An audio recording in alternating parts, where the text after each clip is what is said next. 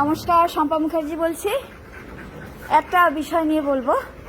Social মিডিয়াতে এখন একটা নতুন জিনিস চালু হয়েছে, সেটা হচ্ছে বিভিন্ন পেট প্যারেন্টদের মরা কান্না। বেশিরভাগ ক্ষেত্রে সেগুলো দেশি কুকুর বা দেশি বিড়াল।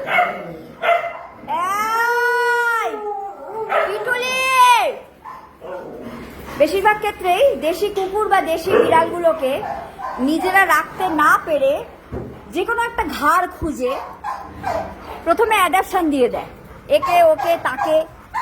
ঠিক আছে, তখন কিন্তু খোঁজ খবর নেয় না যে কতটা ভালো কতটা খারাপ, আদৌ বাচ্চাটা ভালো থাকবে কিনা বা বাচ্চাগুলো ভালো থাকবে কিনা।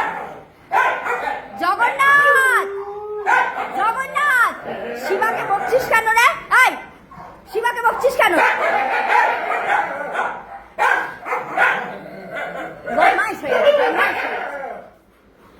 তো তখন কিন্তু একেবারে এইটাই যন্ত্রণা থাকে যে কোনো রকমের কুকুরগুলোকে বা বিড়ালগুলোকে ঘাড় থেকে নামাতে হবে।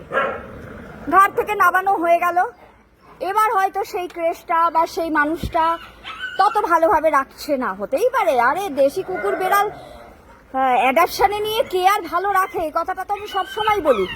যে দেশে বিদেশি কুকুর বিড়ালগুলো রাস্তায় চলে আসে, সেই দেশে দেশি কুকুর বিড়াল নিয়ে গিয়ে যত্ন করে রাখবে, ভালোবাসবে। এটা একটা মানে কি বলবো, ওই মরুভূমিতে জল খোঁজার মতন ব্যাপার। যাই হোক, কিন্তু যখন পেট প্যারেন্টরা ঘাড় থেকে নামায় তখন কিন্তু এগুলো মনে রাখে না যে আমার বাচ্চাটা আদৌ ভালো থাকবে কিনা।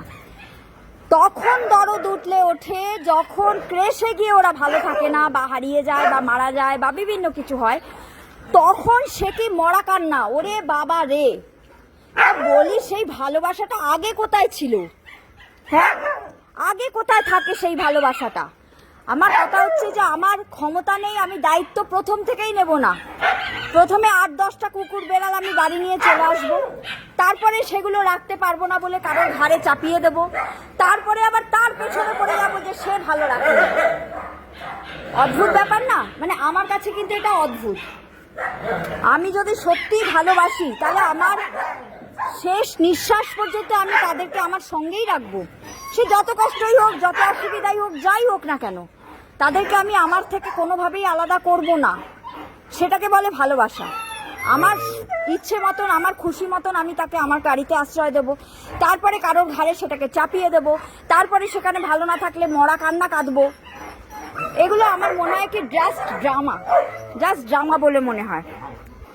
কালকে একজন বলছিল রটি কেমন আছে। এর আমি কোনো নাম দিইনি, আমার ডাকে উঠেও আসে না। এই ভেতরে ঢোকার চেষ্টা করিস না বাবা, ও কামড়ে মামড়ে দিতে পারে। বাবু উঠে আসবেন নাকি আপনি? একটু আপনার মুখখানা একটু দেখাবো। এই যে, তো ও শিবা, তো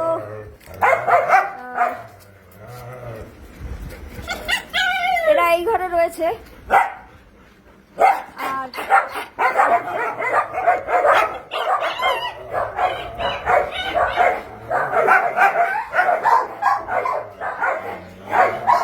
এই যে আমাদের, হ্যাঁ খুব লেজ নাড়া হচ্ছে।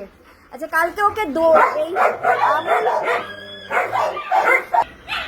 ওকে আমুল গোল্ড দেওয়া হয়েছে বলে অনেকেই বলেছেন দুধ ওকে কেন দেওয়া হলো, দুধ কুকুরের হজম হয় না, আপনি নিশ্চয়ই জানেন, ইত্যাদি ইত্যাদি। জানি, শুধু কুকুর কেন, দুধ অ্যাকচুয়ালি একটা নির্দিষ্ট বয়সের পরে কোনো প্রাণীই হজম করতে পারে না। হ্যাঁ, বড় মানুষের জন্যও কিন্তু দুধ হজমটা অসুবিধাজনক, তো ওর ক্ষেত্রেও তাই।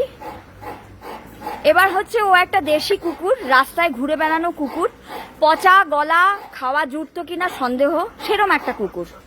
ও বাড়ির বিদেশি কুকুর নয় যে তাকে ভালো ভালো খাবার সবসময় দেওয়া হতো। ও আদৌ খেতে পেত কিনা, পেলেও সেটা কি পেত আমি জানি না। এখন ওর মুখের যা অবস্থা, লিকুইড খাবার ওর জন্য প্রয়োজন।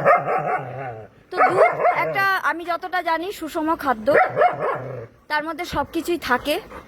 দুধটাও খেতে ভালোবাসে। বাবা দাঁড়া, তো আর আমি 2-3 দিন খাইয়ে দেখলাম ওর হজমে কোনো সমস্যা হচ্ছে না। সেই কারণে আগে তো বাঁচুক, তারপরে বাকিটা দেখে নেব।